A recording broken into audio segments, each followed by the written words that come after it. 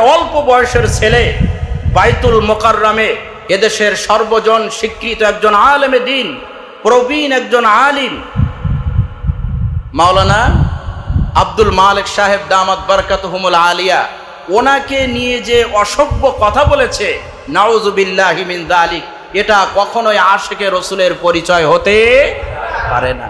দেখেছেন না আপনারা? একজন প্রবীণ আলেম, জাতীয় মসজিদের খতিব, তাকে নিয়ে যে ভাষায় তাকে তুচ্ছ তাচ্ছিল্য করলো, তার বডি শেমিং করলো, তার বিভিন্ন ভাবে তাকে ত্যাগ দিল, এটা কখনো একজন আশিকে রসুলের সাথে যায় না, হতে পারে না, বুঝি নাই।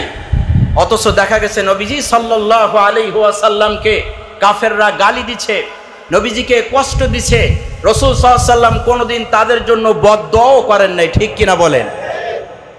এটাই হচ্ছে আশিকে রসুল, যারা নবীজি যা শিখিয়েছেন, কোরআন যা বলেছেন তার মধ্যে থাকবে, তখনই সে আশিকে রসুল বলে পরিচয় দিতে পারবে।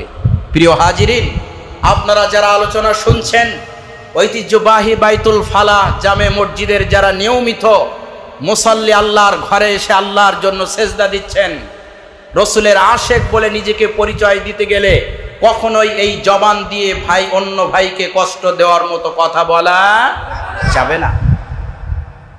এটা আশেক রসুলের পরিচয়।